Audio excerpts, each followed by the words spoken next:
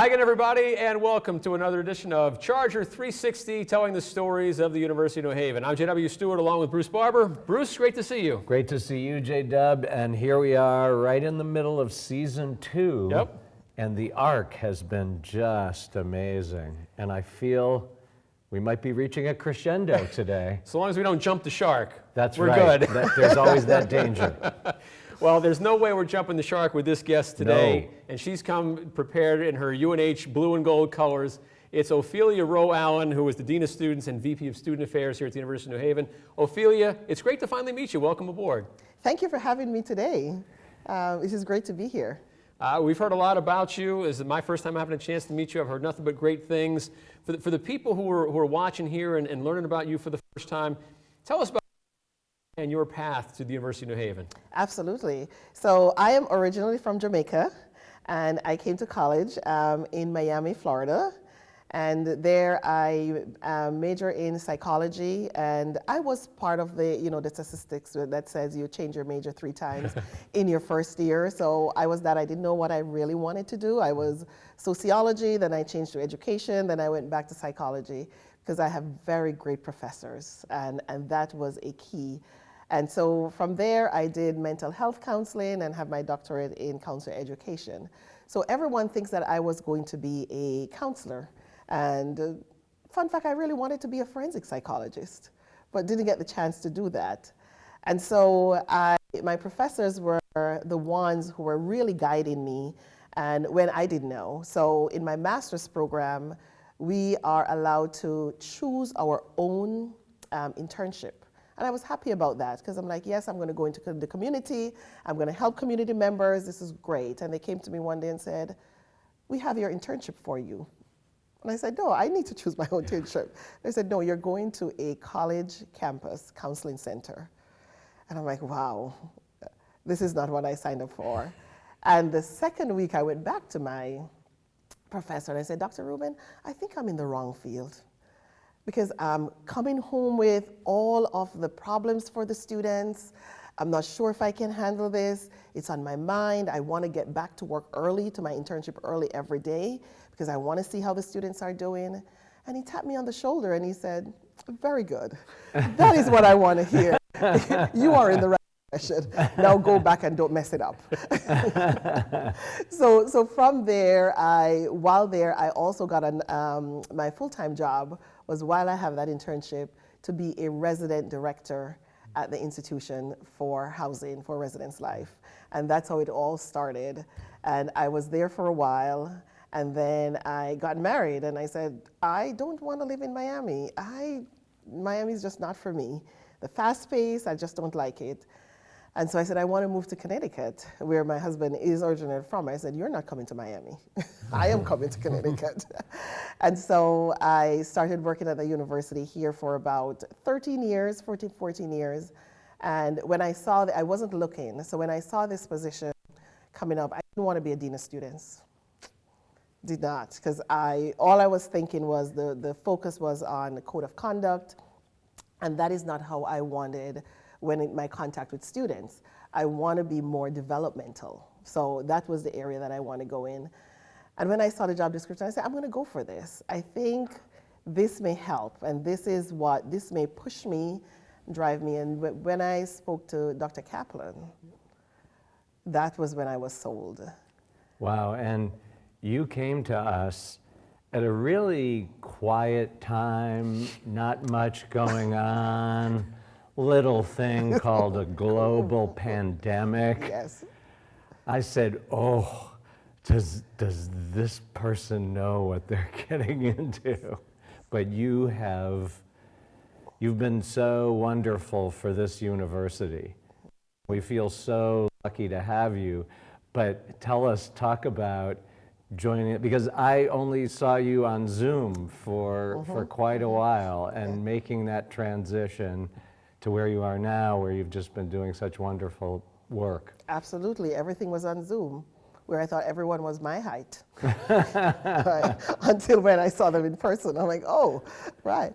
But I think it was a transition where I didn't have time where everyone would come into a new job to say, let me do some listening circles, let me find out what's going on. I didn't have that. I jumped right in with COVID. But it was also hard because I usually have the students where I have face-to-face contact with them. So not seeing them through Zoom was very hard for me. I broke the rules, I'm going to tell you, because I called them and I was like, can we just meet instead? Because the information that they were relaying to me was very hard to really capture over Zoom, and for also the students to see that I care, right? So the face-to-face was very important. And so having that helps. There were lots of other things instead of a dean of students that I was doing. I was also involved in the health center, right? And that's where all the COVID stuff was happening. And I was getting calls every day, and so I moved my office into the health center.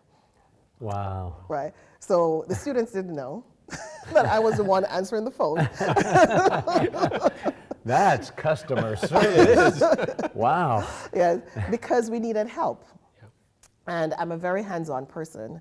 So wherever help is needed, title doesn't matter, right? I want to make sure that our students are able to get the support services that they need and that they feel that we are there and we care about them and they can feel that from us. So that was important for me to do. At the same time, I also have to think about staff, right? And how the work that I was told to come here to do to modernize the institution, right?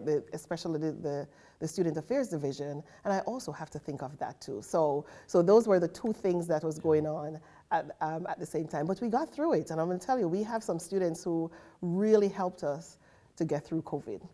Yeah, we got some tough students here. We got some tough staff members, right? People are not only physically tough, but mentally tough, maybe more important than anything else. Bruce, in your time in college, how many times were you called to the Dean of Students office? Oh, I met with the Dean of Students on many occasions.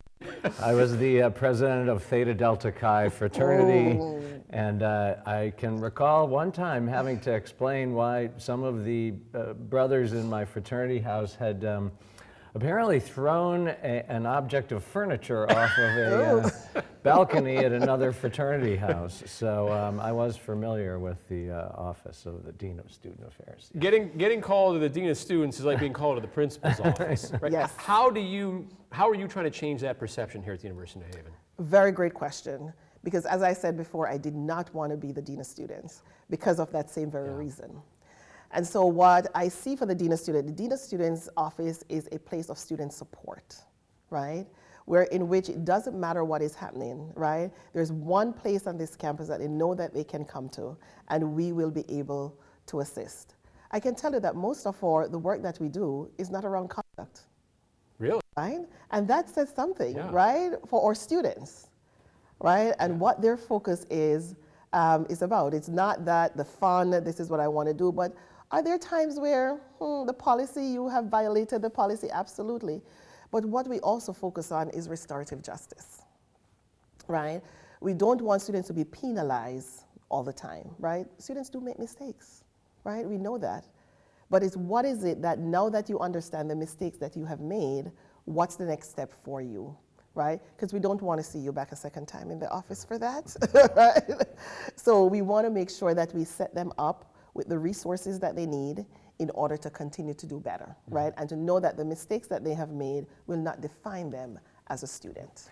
I found, actually, I think I went to college just because that was what I was supposed to do, right? I didn't have a lot of context to, I'm a lifelong learner now, but at the time I kind of was just going through it, and then I think there were those diversions there. Yeah. But I've come to realize lately, and I use this when I work with students, is that it's a stressful time, college. I think, I portray my time there as being all fun and games, but I think a lot of it was, I was dealing with the stress of, going through this transformational time.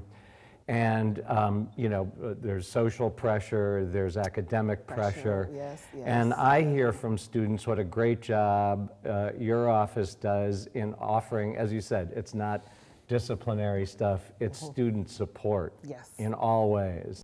That's fantastic. Right. And you talk about the transformation piece, right?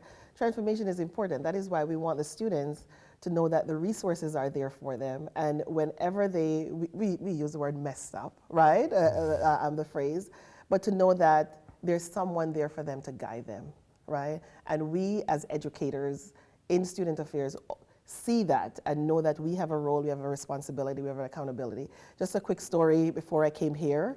Annette in my office, who is the administrative assistant, said, a parent called her and said, I remember you from SOAR, and I took a picture of your card, right, your business card, but I'm calling you now because my daughter is doing very well academically, but somehow she feels that she needs some supportive services, right? And what is it that we can do?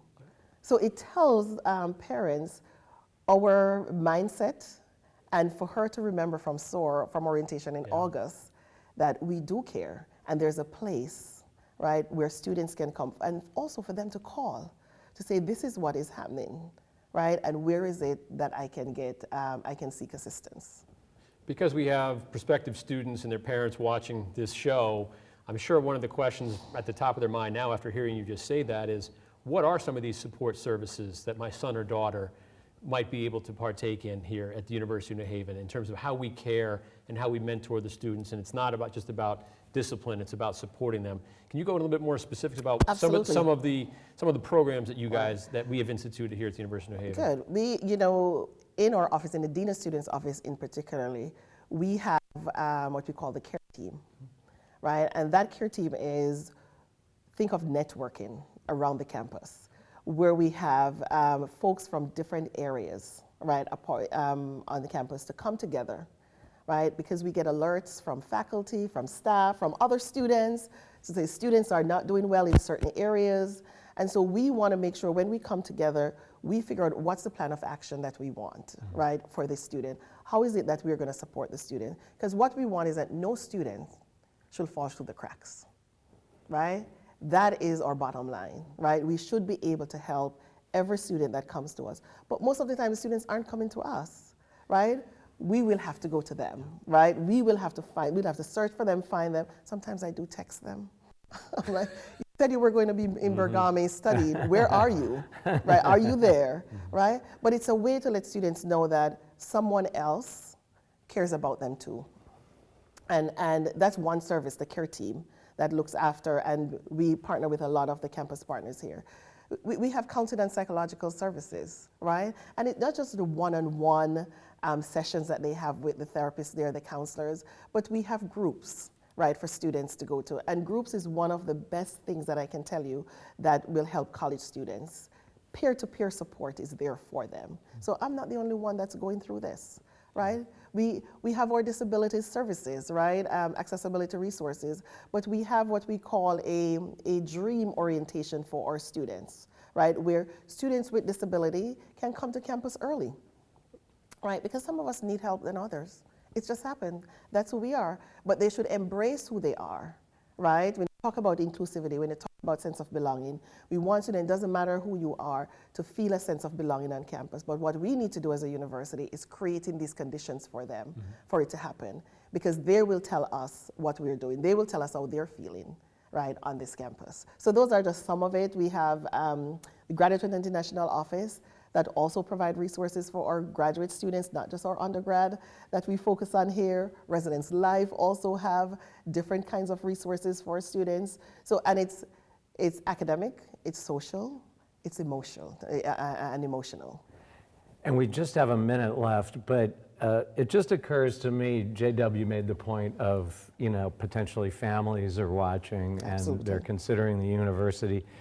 So talk a little about, because we have a lot of students that are first generation. Yes. What is it that families should know in the process of choosing an institution, and what are the questions they should be asking? Absolutely. I myself is a first generation student. So one of the things for parents and for students, some may not have families and come into orientation alone sometimes, trying to find out who we are. We are a university that really cares about students on all angles of wellness, right? Academic wellness, social wellness, emotional wellness, physical wellness. That is one part because we want, and also spiritual wellness. Let me put that in also, right? But also we create opportunities for them to power on and to power through, right? We don't want students to, one of the things we don't want students to birth, I call it birth at the end of the semester, to say, this is why, these are the things that were happening to me, right? We want to make sure that we provide along the way for them touch points, right? That they know that they can get assistance because some of us need help, a little bit more help than others here. I'm in that group. Yeah, I think we all A are. lot of help, J-Dub, all the time. Ophelia's door is always open, though. That's Yeah. for sure. The 50-minute hour is right here on campus. Ophelia, thanks for being with us here on Charger 360, and thank you for all you do, not only for the university, but specifically for our students here as our Dean of Students and VP of Student Affairs. Well, thank you so much for having me. We'll see you next time on Charger 360. For Bruce, for Ophelia, I'm J-Dub. Thanks for watching Charger 360, telling the stories of the University of New Haven.